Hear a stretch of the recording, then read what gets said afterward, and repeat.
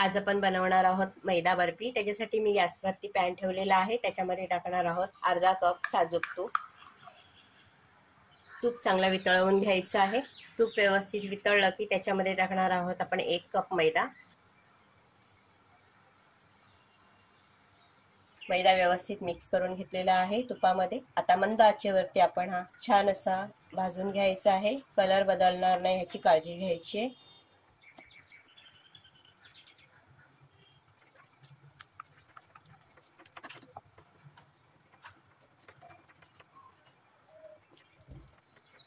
दहा ते 12 मिनिटं झालेली आहेत। मैदा छान आपला भाजून निघालेला आहे, पाहू शकते। आता आपण हे एका भांड्यामध्ये काढून घेऊया।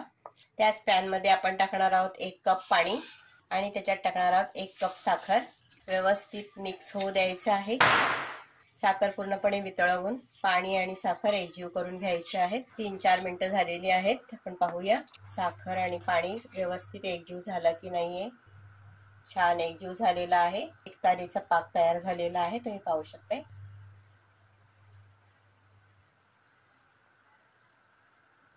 अशा पद्धतीने पाक तयार झाला पाहिजे। आता गॅसची फ्लेम थोडीशी स्लो करते। त्याच्यामध्ये तुम्ही तुमचा आवडतं इसेन्स किंवा आवडता फ्लेवर देऊ शकता। मी इथे हिरव्या वेलचीचं इसेन्स वापरते। छान मिक्स करून घ्यायचं आहे।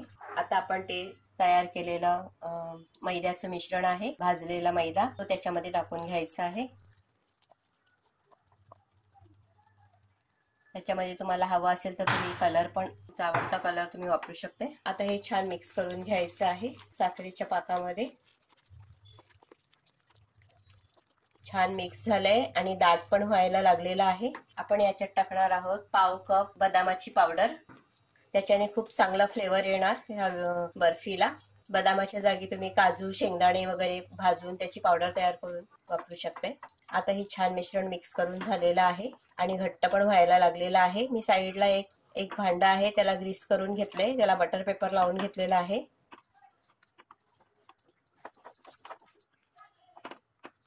छान पॅन पासून वेगळं होतंय। आता हे आपण सेट करायला एका भांड्यामध्ये ठेवून घेऊया। हे पहा, त्याच्यातून तूप पण बाहेर यायला लागलेला आहे आणि व्यवस्थित गोळा तयार व्हायला लागलेला आहे। तर आता मी गॅसची फ्लेम बंद करते आणि ह्याला एका भांड्यामध्ये काढून घेते। मी इथे एक भांडं घेतलंय, त्याला मी तुपाने ग्रीस केलेलं आहे आणि त्याच्यावरती बटर पेपर लावलेला आहे। त्याच्यामध्ये आपण हे काढून घेणार आहोत। आता हे याच्यामध्ये व्यवस्थित सेट करून घ्यायचं आहे। लगेचच घट्ट व्हायला सुरुवात होते। आता हे आपण 1 ते 2 तास किंवा पूर्णपणे थंड होईपर्यंत रूम टेम्परेचर मध्येच ठेवायचं आहे। तुम्हाला फ्रीज मध्ये ठेवायचं असेल तर तुम्ही फ्रीज मध्ये ठेवू शकता, पण रूम टेम्परेचर मध्ये आल्यानंतर ठेवायचंय। मी बाहेरच ठेवणार आहे। 1.5 तास झालेला आहे। आपण पाहूया बर्फी आपली तयार आहे की नाही।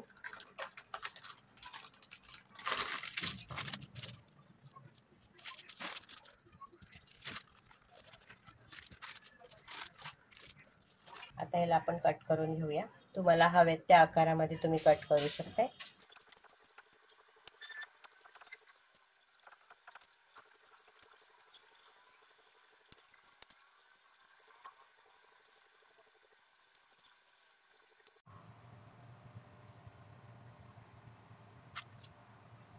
खूप छान अशी बर्फी बनवून तयार आहे। त्याच्यावरती आपण लावणार आहोत चांदीचा वर। इथे तुम्ही ड्रायफ्रुट्स लावलेत तरी सुद्धा चालते।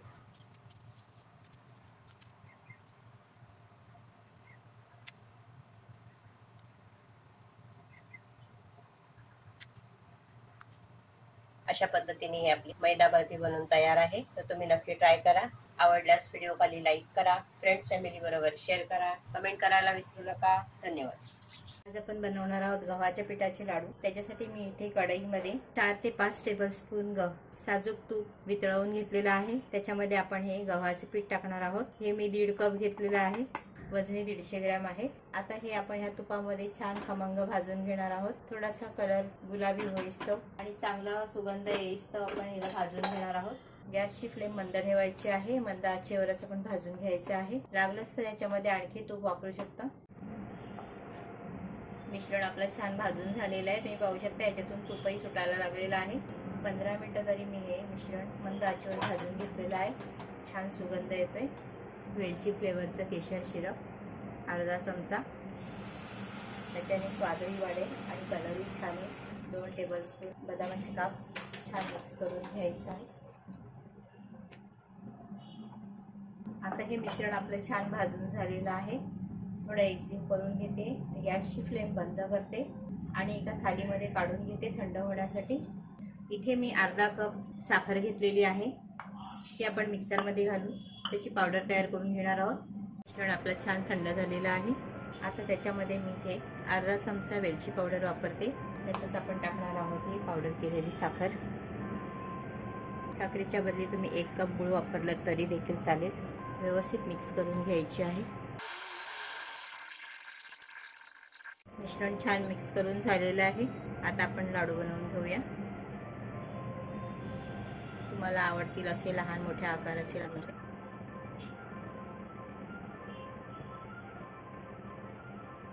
अशा प्रकारे आपण लाडू बनवणार आहोत आणि केक बनवून दाखवते. अशाच पद्धतीने आपण सर्व लाडू बनवून घेणार आहोत. गव्हाच्या पिठाचे पौष्टिक लाडू बनवून तयार आहेत. एवढ्या मिश्रणातून आपले हे 10 लाडू बनवून तयार आहेत. त्याच्यामध्ये तुम्ही 2 चमचे डिंक तळून व्यवस्थित चुरून मिक्स करू शकताय किंवा पाव कप जाडे पोहे 1 चमचा तुपावरती परतून पण चुरून त्याच्यामध्ये मिक्स केले तरी सुद्धा अतिशय उत्तम लागतात. तर तुम्ही हे लाडू नक्की ट्राय करा. जर तुम्हाला हा व्हिडिओ आवडला असेल तर व्हिडिओ खाली लाईक करा, फ्रेंड्स फॅमिली बरोबर शेअर करा. जर तुम्ही चॅनलवर नवीन असाल तर चॅनलला सबस्क्राईब करा. धन्यवाद.